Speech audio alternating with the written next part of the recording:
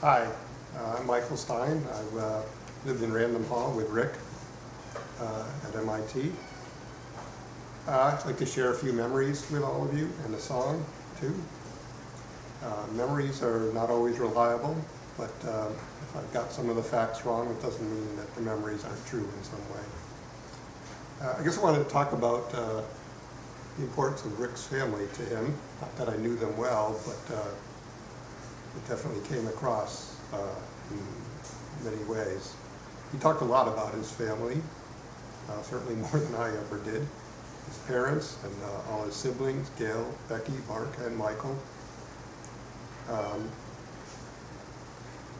I remember about his father, that of course he was a pilot in the Vietnam War, and that afterwards he struggled with alcoholism much of his life. And I remember Rick telling me that Mark and Rick at one time towards the end of his life tried to get him to smoke pot in a gesture to try to maybe wean him from alcohol, which I thought was a very loving, but presumably they knew futile gesture, but still it showed the lengths they were willing to go to.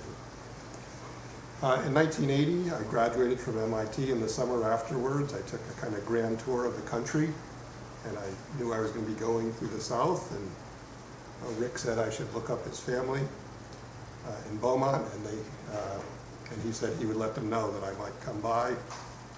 So I went to his house. This was the days before cell phones, of course, and I got there, and of course Rick hadn't told his family that I was going to show up, but that didn't matter to his mother. If I said I was a friend of Rick, that was good enough for her. And I remember Mark was there as well, and he was working as a DJ at some local radio station, and I went over with him, and we played 2 Neil Young songs. I guess the radio station had something where they played an old song and a new song. I can't remember what the new song was. Of course, it's old now.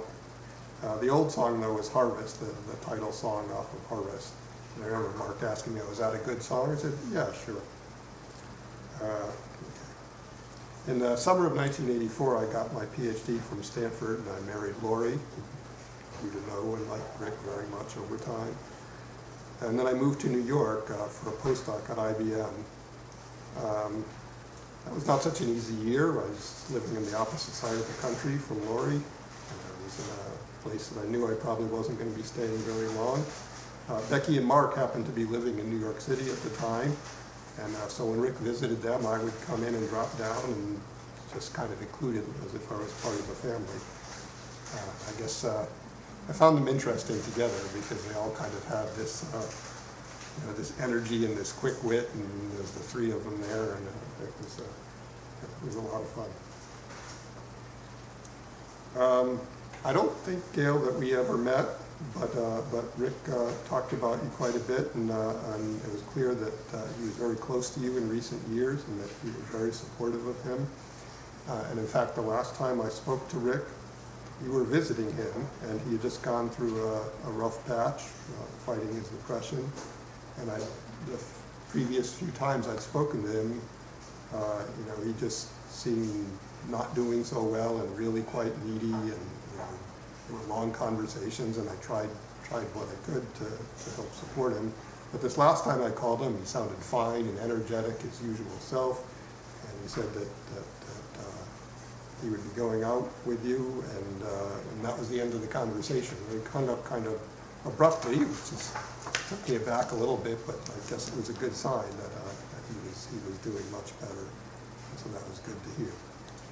One of the things Rick and I shared was that we were big Neil Young fans, and we saw the Rust Never Sleeps tour together at Boston Garden, and I'm pretty sure George and Max were there too, and George, I'm sure, knows for sure and can set me right on that. Like Neil, Rick moved to California as a young adult and never left.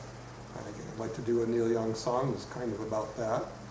And the arrangement I'm going to play, I kind of took off a 1974 recording I found on YouTube. And it's a couple keys down from how Neil usually played it and recorded it, so it's a little easier for me to sing.